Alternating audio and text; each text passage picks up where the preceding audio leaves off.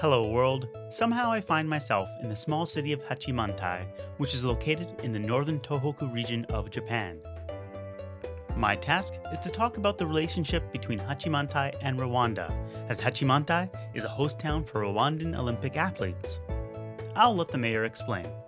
2019年にはオリンピックのそのエントリーできるような八幡平市にお招きして、そしてホストタウン交流というかその地域の皆さんとの交流もさせていただいて、人懐っこくてすごいフレンドリーというかそういう感じの人が多いよね。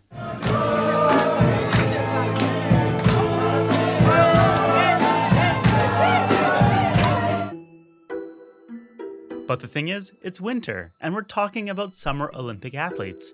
And it's also during the coronavirus pandemic, so there are actually no Rwandans here at the moment. いや、冬は来てないよな。夏だけですね。この寒さにはちょっと耐えきれないんじゃないの。氷点下18度なんだから、ここは。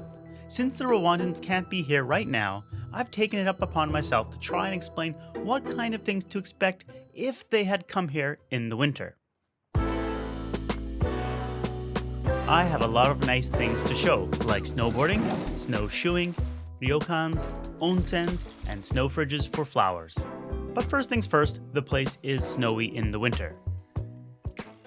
You can see that the snow is taller than me, although that's not too hard a feat as I'm not too tall. While I couldn't see over top of the snowbank, the 2-meter-tall Rwandan volleyball players that came previously probably could.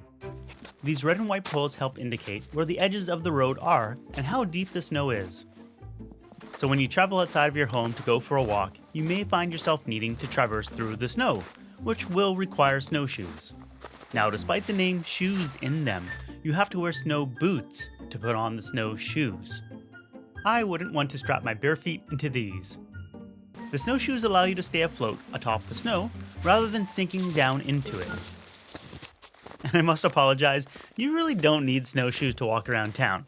It's a thing people do here for fun. It's a way to go hiking during the winter.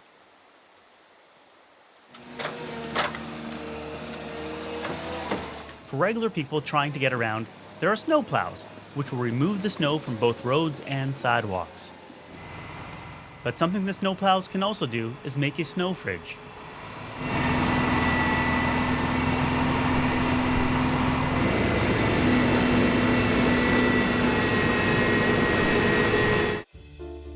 As the snow and ice collected melt, the water is used to cool rooms where gentian flowers are bred. Growing them is the specialty of this area and is why this video was made. 八幡平市のリンド生産者も一度は何人かでルワンダに行ってリンドに携わっている人たちと交流したり指導したりしてきた経緯もあるから。アシロリンド30種類ほどあるんですけれども、何種類か結構な数をルワンダで栽培試験しまして、1品種だけ適合する品種があったんですね。それが、アシロの輝きという名前で売ってるものなんですけれども、あと何といってもそのリンドの一番の特徴は青い花ということです。なかなか世界で言ってもその青い花って一番種類が少ないんですね。これが世界で受けてる一つの理由です。あとサムシングブルーっていう言葉を聞いたんですけれども、その青がヨーロッパでもだいぶ好評でして、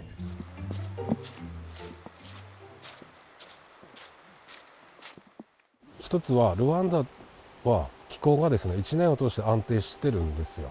だいたい20度から30度ぐらいのところでリンドの栽培にはまずその温度が一つ大事なのかなと。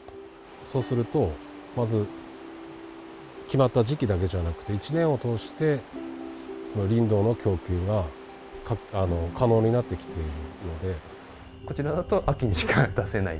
そうすると日本で出せない時期をルワンダで咲かせて出荷するということで一年中林道が出荷できますよっていうふうなそういう体系を取るためにルワンダで栽培をしてるんですね。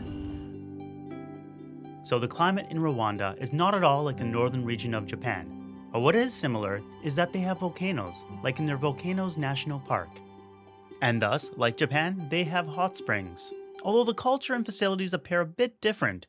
For example, the hot springs I read about in Rwanda may be part of a warm lake that you can swim in, or an area that is sandbagged off that you can pay to enter. In Japan, hot springs, or onsens, are an incredibly large industry. Virtually any place you go to in Japan will have hot spring facilities that you can visit. Taking baths in them is very much a part of the Japanese culture. Furthermore, except for a tiny number of them, they are separated by gender and you take off all your clothes before entering.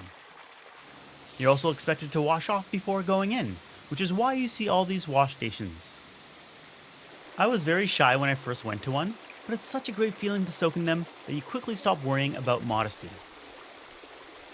Another difference between the volcanic mountains of Hachimantai and Rwanda is that because Hachimantai is located so far north of the equator, they have lots of snow in the winter, which enables one to go to a ski resort. I personally snowboard, so I was able to enjoy a half day doing so. So let's cue the snowboarding montage.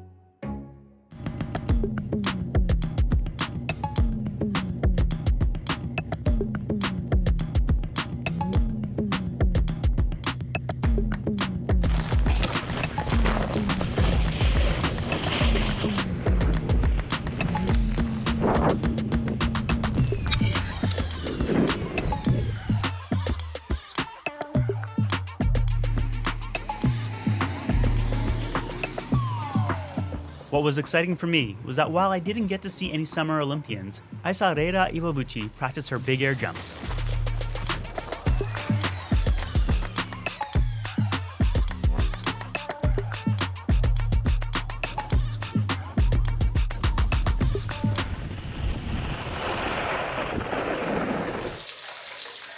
And after a day out in the cold, that's where the hot springs come in handy. It can be freezing outside, but in the onsens, it's a nice 43 degrees Celsius. お風呂に入って湯船に入ってっていうそういう習慣がなかったので、みんな部屋についているシャワールームを使っていたんですけれども、やはり一人日本の文化というか浴衣を着てみたりとか日本人がしていることをせっかく日本に来たんだからやってみたいっていう方がいてですね、ちょっとお風呂はちょっと全裸になるからちょっときついかなって話を選手同士でしてたんですけども。If you're super shy about bathing among other people, they do have baths that are called kashikiriburo, which mean reserved bath. These are ones you can privately rent and enjoy by yourself, or any small group of people you like. And if you stay at a traditional Japanese inn, a Ryokan, then you might be lucky enough to have one in your own room. The rooms always have tea in them, so you can brew yourself a hot cup of tea, get in the bath, and enjoy the view. Some baths have a continuous flow of water that you don't have to manage yourself, while others require you to mix the bath on your own. Just a word of warning, the hot spring water can literally burn you, so you need to mix in cold as well. The bath comes with a nice wooden mixing wand to do so. And if you really don't want to take a bath, even in the privacy of your own room, but you're still cold from the snow, you can go to a hot stone sauna. There you wear some pajama-like clothing and bake yourself.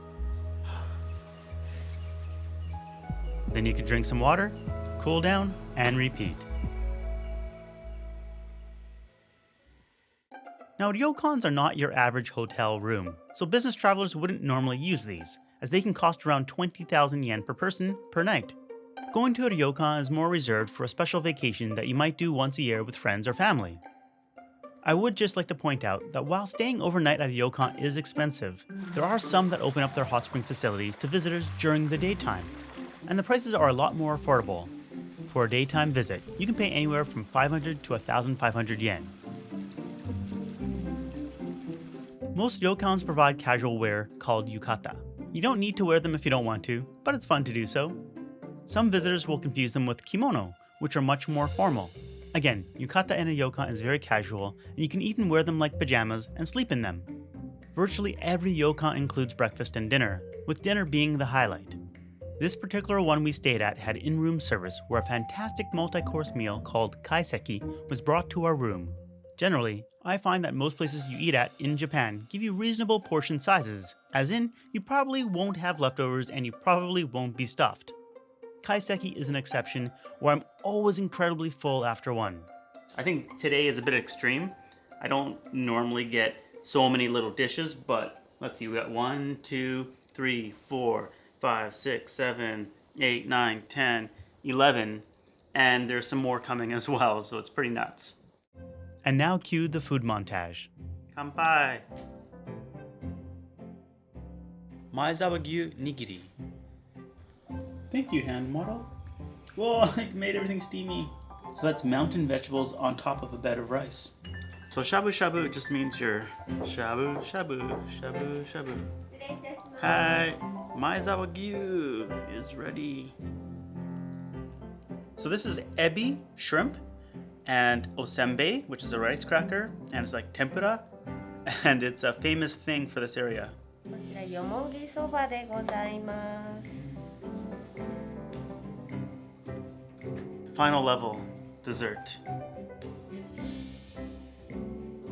And this concludes the meal.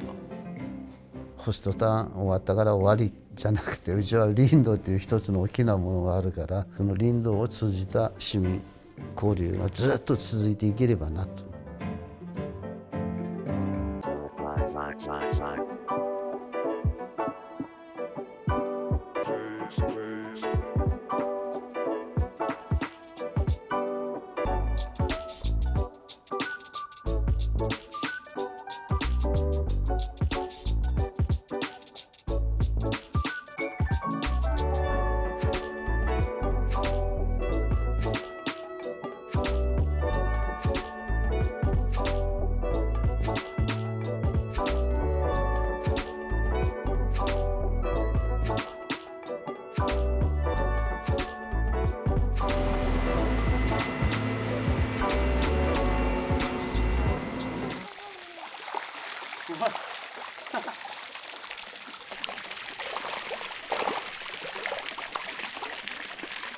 I don't even know what half these dishes are, so.